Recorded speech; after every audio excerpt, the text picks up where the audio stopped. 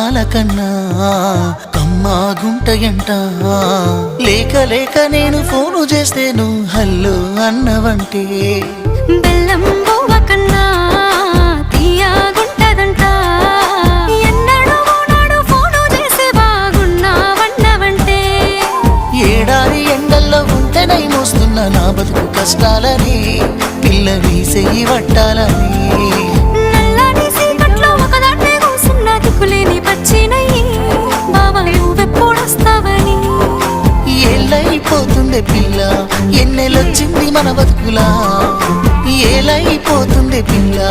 ఏలు వట్టంగా వస్తున్నాయా ఇన్నాళ్ళ ఎడబాటు ఎడవాసిపోతుంది ఈ సీనయ్య గుంటున్నదే సినదారా నీ కోసము ఈ దూరాన్ని చెరుపుతూ తీరాల తెగిరింది అందా